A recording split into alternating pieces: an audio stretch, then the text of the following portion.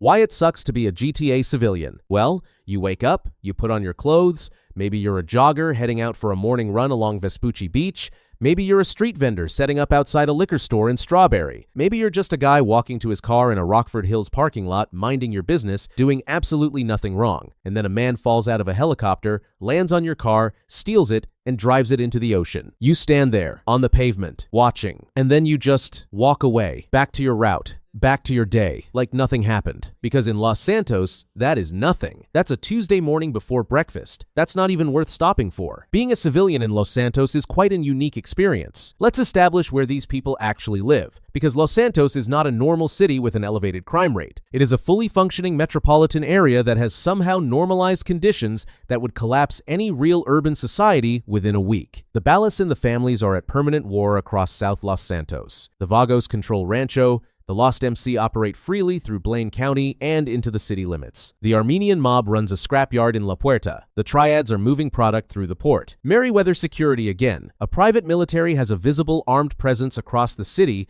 and nobody in any position of authority seems particularly bothered by this. And that's just the organized crime layer. On top of that, you have the FIB running unsanctioned black ops inside city limits. You have a billionaire in Rockford Hills with his own private army and enough political influence to make law enforcement look the other way. You have Trevor Phillips existing somewhere in the general vicinity, which is its own category of threat that no risk assessment framework has ever adequately captured. A civilian living in Los Santos is living inside an active, multi-front conflict zone that has a Starbucks and a functioning metro system. And they just go to work every day. Past the crime scenes, past the wanted level, past whatever is currently on fire, GTA 5 civilians exist in a state of permanent, low-grade trauma that they have somehow metabolized into routine. They get hit by cars and stagger away. They get caught in crossfire and dive behind dumpsters. They watch armed men sprint past them on the sidewalk, see helicopters crash into intersections, witness full military responses to single individuals and their reaction. Almost universally is to get out of the way,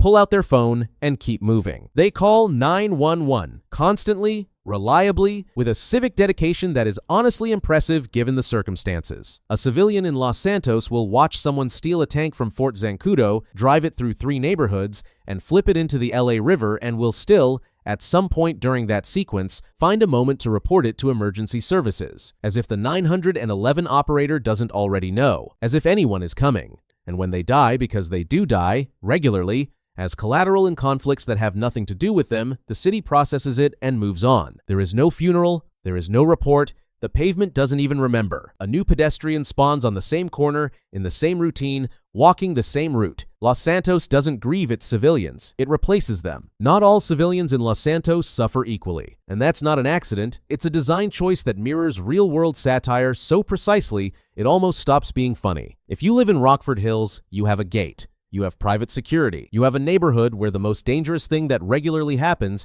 is a protagonist using your street as a getaway route. You're still not safe. Nothing in Los Santos is truly safe, but the chaos is at least directional. It comes from outside and passes through. If you live in Davis, you live inside it. The gang activity, the police presence, the permanent low-level warfare between the Ballas and the families, it's not something that passes through Davis. It is Davis. A civilian in Strawberry doesn't need to stumble into the chaos. The chaos has a mailing address on their block. Downtown, the threat profile changes again.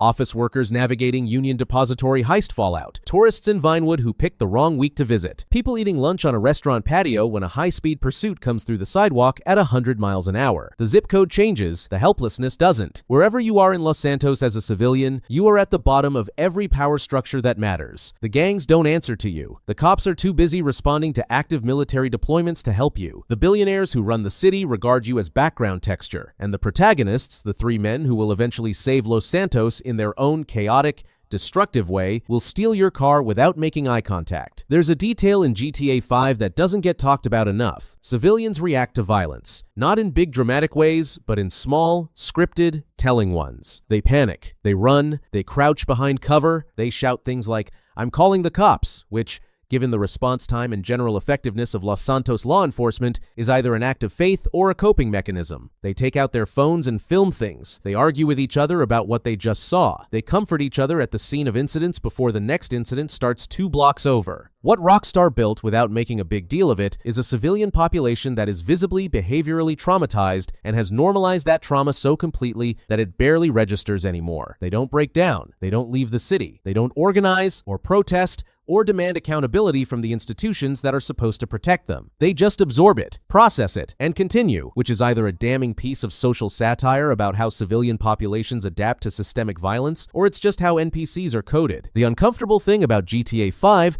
is that both can be true at the same time. The civilian population of Los Santos exists to make the world feel real. That's their function from a design perspective. They are texture, atmosphere, evidence that the city is alive. Every pedestrian on the sidewalk, every driver in traffic, every person sitting outside a cafe who dives under their table when the shooting starts, they're there to make Los Santos feel like a place rather than a set, which means their suffering isn't incidental. It's load-bearing. The chaos needs witnesses. The crime needs victims. The wanted system needs someone to call 911. The satire of Los Santos, the commentary on wealth, corruption, violence, and the American condition that Rockstar embedded in every corner of the map only works if there are ordinary people living inside it, being crushed by it, and continuing to show up anyway. The civilian doesn't get a protagonist arc. They don't get a redemption story or a heist payout or a moment where they turn the tables on the system that's been grinding them down. They get a walk to work, a near miss with a stolen vehicle, a 911 call that goes nowhere, and a respawn at the same corner tomorrow morning.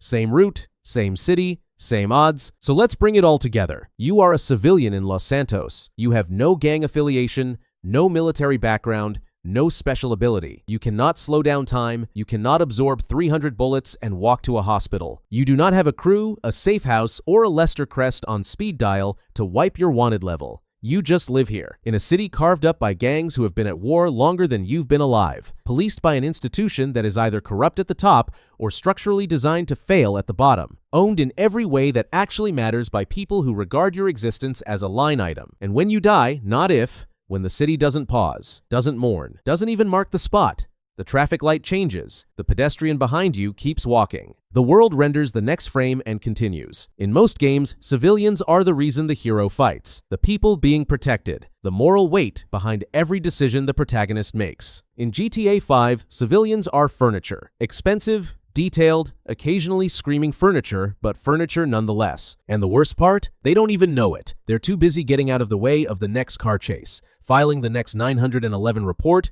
walking the same 3 blocks they've walked every day since the game loaded. The cop at least gets a badge. Trevor at least gets a territory. The civilian gets a spawn point. And tomorrow, they'll wake up, put their clothes on, and do it all again. And while the civilian is getting back up off the pavement, dusting themselves off, and pretending none of that just happened somewhere across town, there's a gang that's been fighting for that same pavement for decades. One that most players walked past 100 times and never noticed was even there. Next video, the most forgotten gang in Los Santos and why they were erased, explained in detail.